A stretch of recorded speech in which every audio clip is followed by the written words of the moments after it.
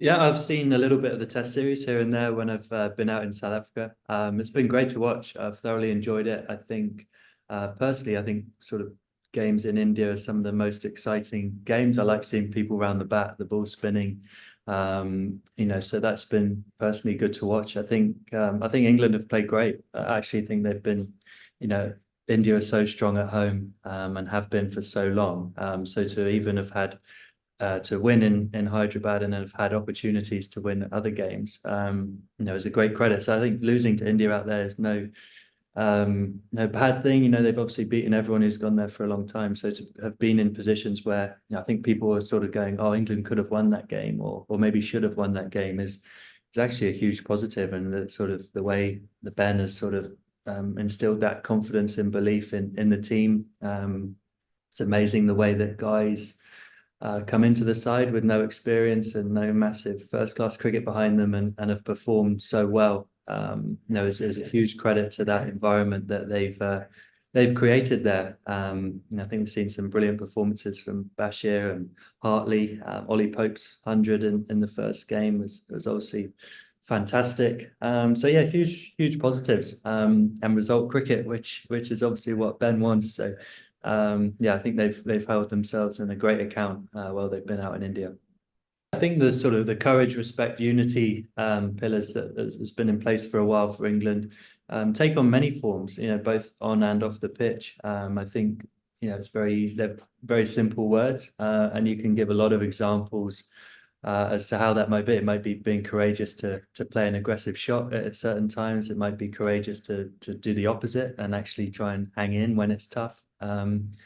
The sort of respect thing, I think, is quite self-explanatory about just respect for yourself, respect for where you go, the places you tour. I think they're all great ambassadors for the game. You listen to the way they talk, and the way they play their cricket is very attractive. So and they're a very united team. I think it's very obvious from that they don't really get too caught up in the outside noise. I listen to Brendan McCullum talk a lot. I like listening to him when he speaks.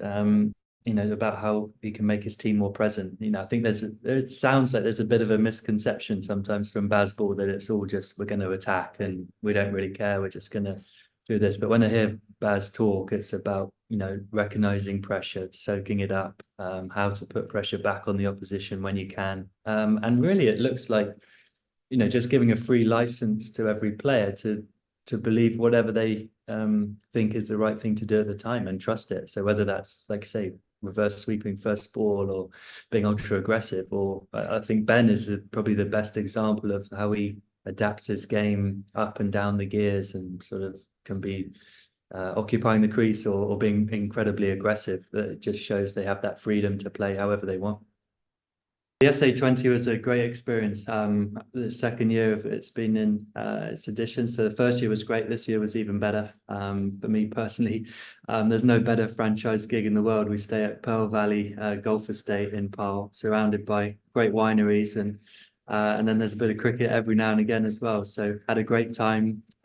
Personally, it was really good for me. I think the back end of last year was tough, obviously, with the way the 50 over World Cup went. Probably drained me a lot more than I realized after the tournament. So to go and play, something different, something new, not being captain, sort of out in South Africa, sort of a bit of a restart to the year for me, really. Sort of park what happened last year and start fresh this year. And really, sort of glad to sort of feel really good in the middle again and find some form and get in a nice headspace again and sort of find that enjoyment of the game, which is what we all crave and what we want to be doing the most. Yeah, I think self-reflection and learning and growth is part and parcel of a cricketer or professional sports person's career. You're always evaluating, can you get better? Is there things that what did I do well? What can I improve on?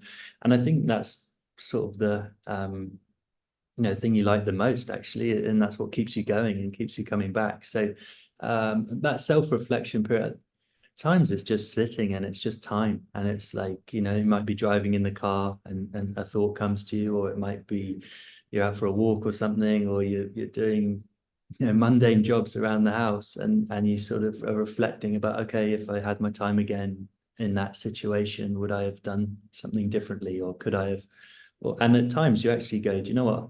I would do the same thing again, even though we didn't get the right result at the time, with the information I was given and the sort of things that I had at play. I think I would make the same call, but it just didn't work out. And I think that's the other thing you have to acknowledge in sport. There's some things that just don't make sense. At times in cricket, you drop a catch and for no unbeknown reason, or you're millimeters away from nicking one to the keeper, or not. So there's certainly that time you need to be sort of really logical as well, to go, what are the things that I actually know I didn't get right and I need to improve on, and what are the other things that you sort of, it's life's rich tapestry of just, that's just the way it is.